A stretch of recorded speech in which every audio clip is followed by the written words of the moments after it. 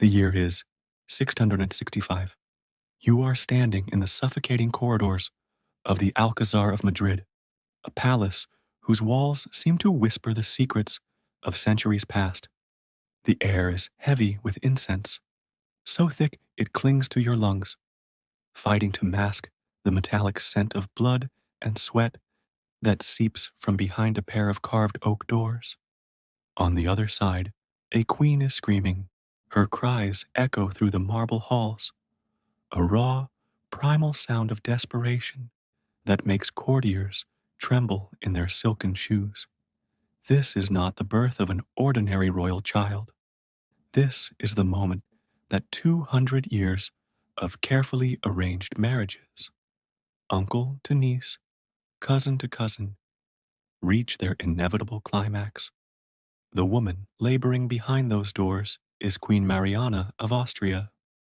The man pacing just outside is her husband, King Philip IV of Spain. But he is not merely her husband, he is her uncle, and the child that is fighting its way into the world will soon be known across Europe as Charles II, the last Habsburg King of Spain. His body, twisted and broken from birth, will become a living monument to the dynasty's most dreadful secret, that their obsession with bloodline purity had become their curse. The courtiers gathered outside shift nervously, their whispers low, their eyes cast downward. They all know what is at stake. Spain is teetering on the edge of ruin, drained by endless wars and collapsing under the weight of its empire.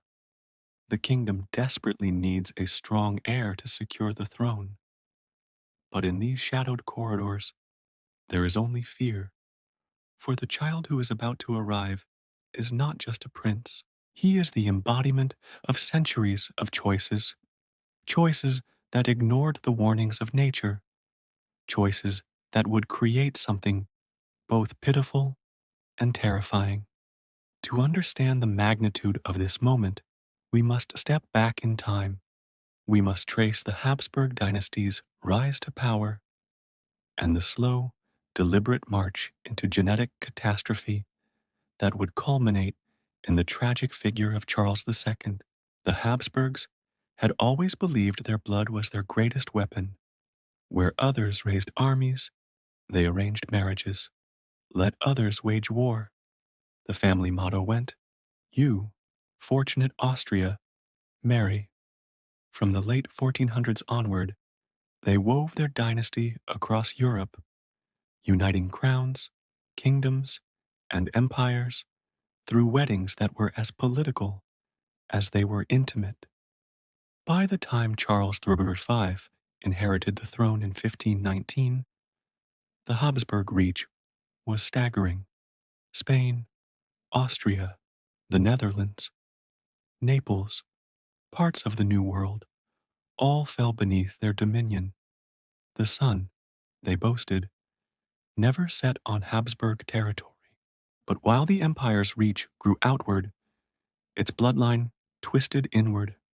For generation after generation, the Habsburgs married their cousins, their nieces, their uncles.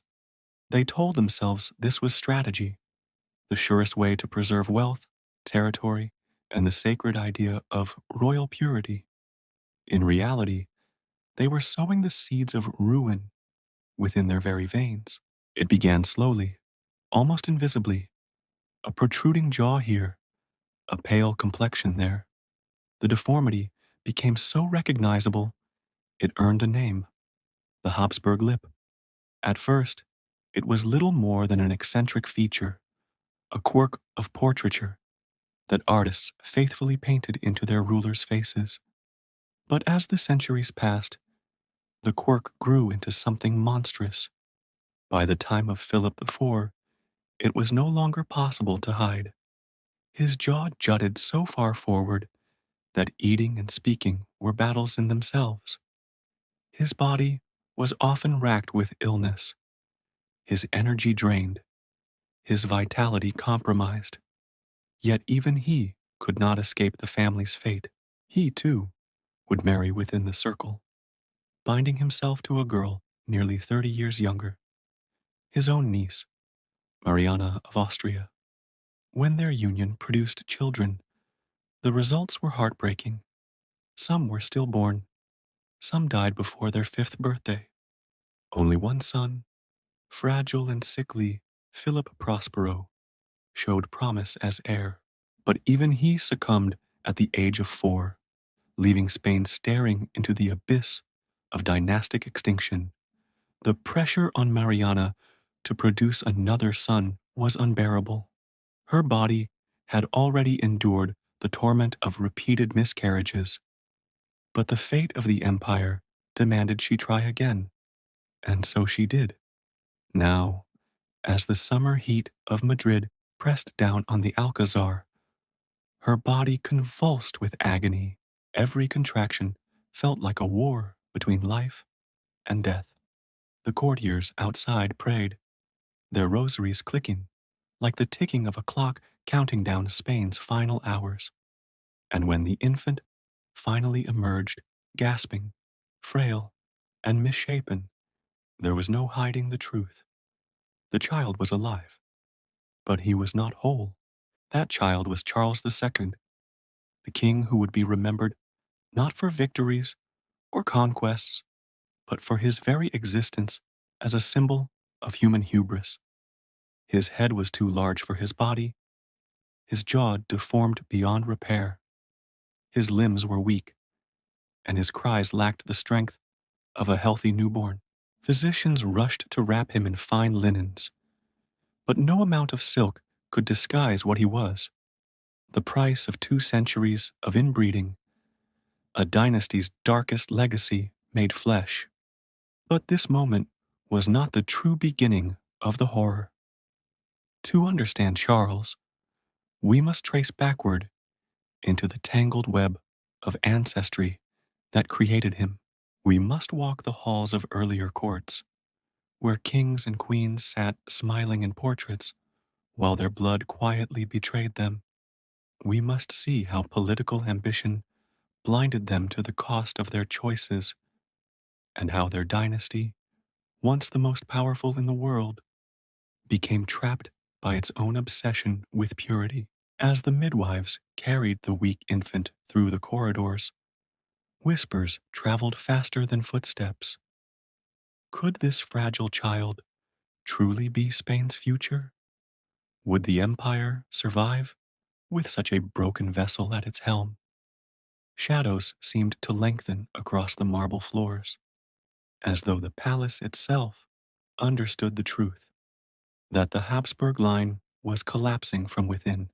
The birth of Charles II was not the birth of hope. It was the sound of a dynasty cracking under its own weight. And yet, the horror was only beginning, because Charles would not simply be a frail child hidden away in royal chambers. He would be crowned king. He would sit on the throne of one of Europe's greatest empires, and the world would watch as the most powerful dynasty of its age crumbled, not from foreign invasion or rebellion, but from the blood in its own veins. Before we continue deeper into this story, I want to pause for a moment. If you're still with me now, captivated by these shadows of history, I invite you to join me on this journey through the forgotten corners of the past. Subscribe so together we can uncover the truths that were hidden, the stories that were never meant to be told, and the echoes of history that still haunt us today. Because as dark as these tales are, they remind us that power, unchecked and unbalanced, always carries a cost. But now, let us return to the corridors of Madrid. For Charles's birth was only the first act in a drama of decay that would stretch across 3 tortured decades. His very body was a battlefield where centuries of inbreeding waged war, and every year of his life would reveal new horrors. The child who could not chew his food, the boy who could not walk unaided until he was 8, the king who could not father children, whose paranoia deepened into madness, whose body rotted while he still breathed. Charles II would grow into the figure Europe would call the Bewitched, and as he sat on Spain's throne, drooling, twitching, staring blankly through grand ceremonies, he barely understood. The fate of nations hung by a thread. His court whispered of curses, his priests muttered of demons. But the truth was far more chilling. It was not magic, nor devils, nor God's wrath that haunted Charles. It was the choices of his ancestors, choices carved into his very bones. And in the silence of the Alcazar, on the day of his birth, those choices had finally come alive. But what happened next? How this fragile boy became king, and how his reign dragged an empire into ruin, was a story darker still. Because the real terror of Charles II's life was not that he was broken, it was that the entire weight of Spain's empire was forced to rest upon him. And as the years unfolded, Europe would discover what it meant when a kingdom's future was placed in the hands of a man who could barely hold a goblet steady. The queen had birthed her son, but what had she birthed into the world? A king or a monster? The boy who had entered the world in frailty did not remain hidden in shadows.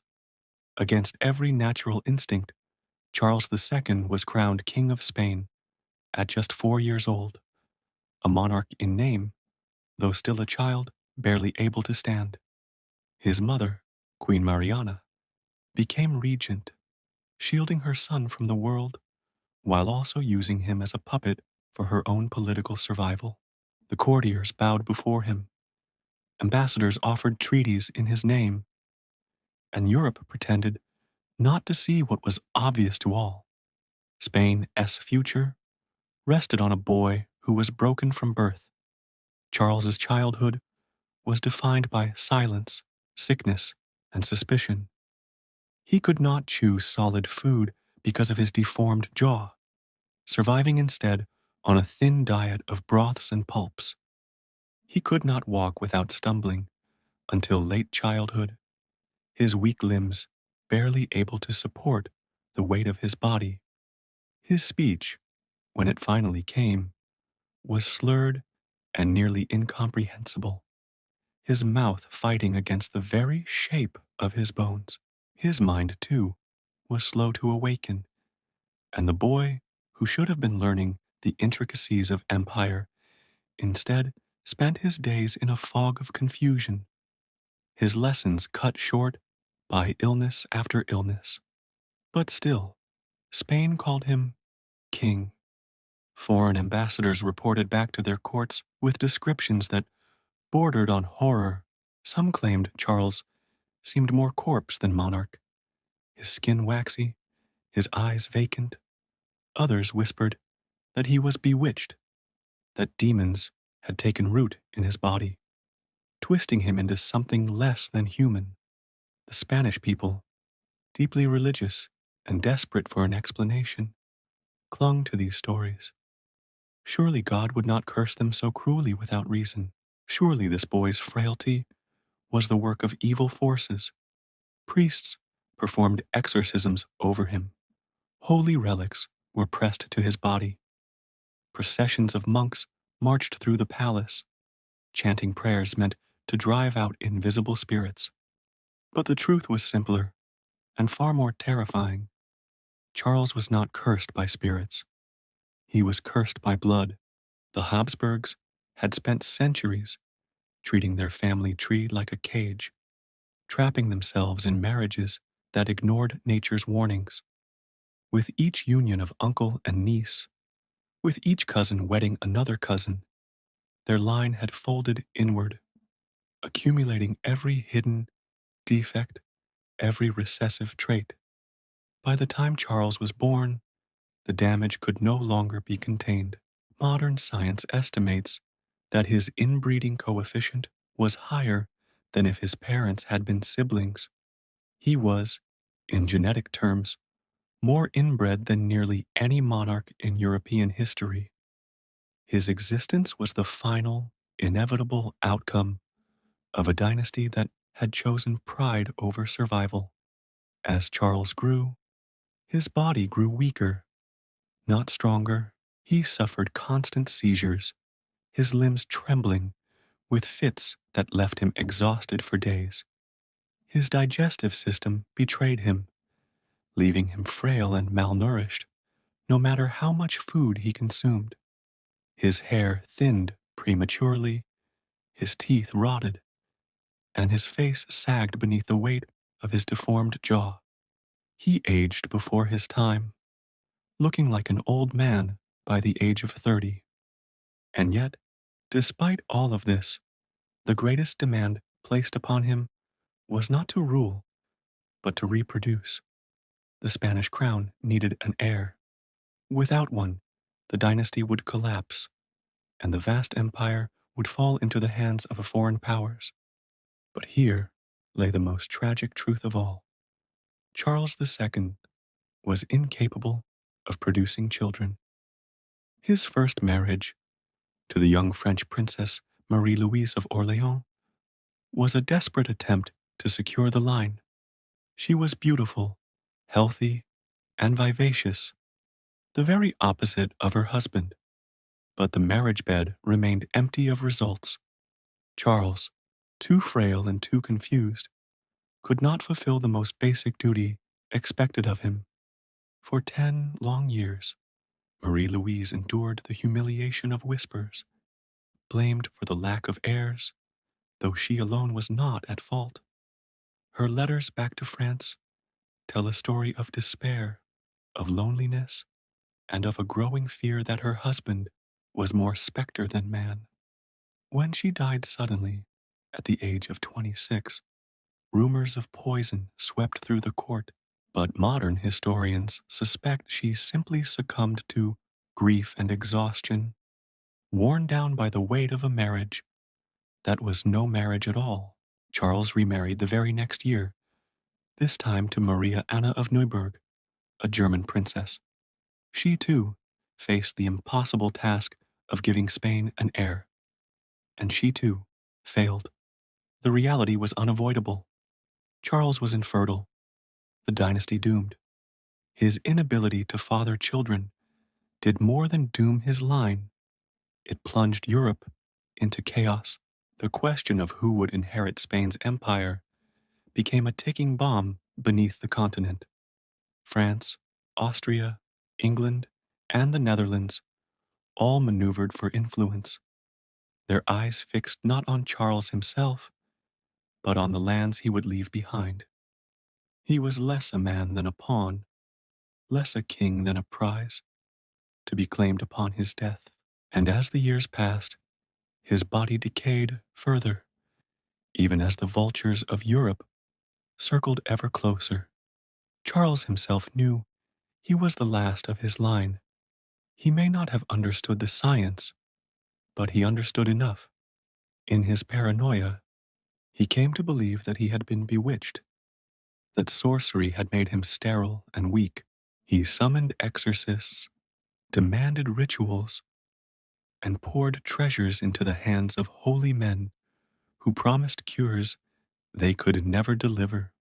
One account describes him standing before the coffin of a long dead saint, weeping openly, begging for strength, for a miracle that never came.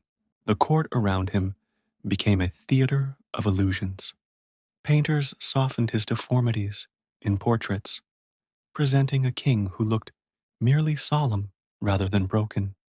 Ceremonies were carefully choreographed to hide his trembling, his drooling, his inability to stand for long. Foreign dignitaries were instructed never to speak of his condition, to bow, smile, and pretend. But everyone knew, and the pretense only deepened the horror, as though the entire kingdom was colluding in a grim charade, propping up a monarch who could not rule. who could not lead, who could barely survive. By the 1690s, Charles II was a shadow of a man. His paranoia consumed him. He grew obsessed with death, insisting that his own body was rotting while he still lived. He spent hours staring into mirrors, convinced he could see the devil's hand at work in his reflection. He refused certain foods, believing they were poisoned. He ordered endless exorcisms to banish spirits that were never there. His court became a labyrinth of whispers, factions, and fear, all orbiting around a king who was little more than a living ghost. And all the while, Spain collapsed. The empire that had once ruled the seas now struggled to hold its own lands. Colonies slipped through its fingers, its armies faltered, its economy rotted as surely as its king. The people whispered of God's judgment, of divine punishment for sins committed long ago. But the truth, silent and undeniable, was that the Habsburgs had undone themselves. On November 1st, 1700, Charles II finally died at the age of 38. His death was less the passing of a king than the extinguishing of a line. With him, the Spanish Habsburg dynasty ended. His body was so frail, so wasted, that the doctors who examined him afterward were horrified. Their reports described a heart shrunken to the size of a walnut, lungs corroded, intestines rotten, a body that had never known full health, a shell more than a man. His death triggered the War of the Spanish Succession, a brutal conflict that drew in nearly every major power of Europe. But beyond the politics and the battles, Charles's legacy remained clear. He was the final, tragic proof of what happens when power becomes an obsession, when blood is treated as more precious than life itself. The Habsburgs had chosen their pride, their so-called purity, over the health of their own children. And in Charles, they saw what that choice truly meant. Even now, centuries later, portraits of Charles II stare back at us with haunting eyes. His face, distorted by the Habsburg jaw, carries the weight of a dynasty's downfall. His story is not one of villainy or conquest, but of suffering. He was not a monster by choice, nor by deed, but by design, an innocent child born into a cage of bloodlines too narrow to sustain him. And that is perhaps the darkest truth of all. For while the Habsburgs may have believed they were securing their empire through marriage, they were, in reality, digging their own grave. Charles II was not merely their last king, he was their reckoning. So the next time you hear of kings and queens who believed themselves divine, untouchable, chosen by God, remember the story of Charles II of Spain. Remember that behind the crowns and jewels and ceremonies, there was a man who could not walk unaided, who could not eat without choking, who could not give his people the air they so desperately needed. Remember the silence of those palace corridors, where courtiers whispered in fear, knowing that their empire was collapsing before their eyes. Charles's life ended centuries ago, but his shadow lingers still, a warning etched into history that no dynasty, no matter how powerful, can escape the laws of nature. And now I want to hear from you. When you look at the story of Charles II, do you see him as a victim of cruelty or as the inevitable product of choices made long before he was born? Do you feel sympathy for the boy who became a broken king, or horror at the dynasty that created him? Share your thoughts in the comments below, because this story is not just about the past, it is about the choices humans make, the costs we ignore, and the haunting consequences that follow.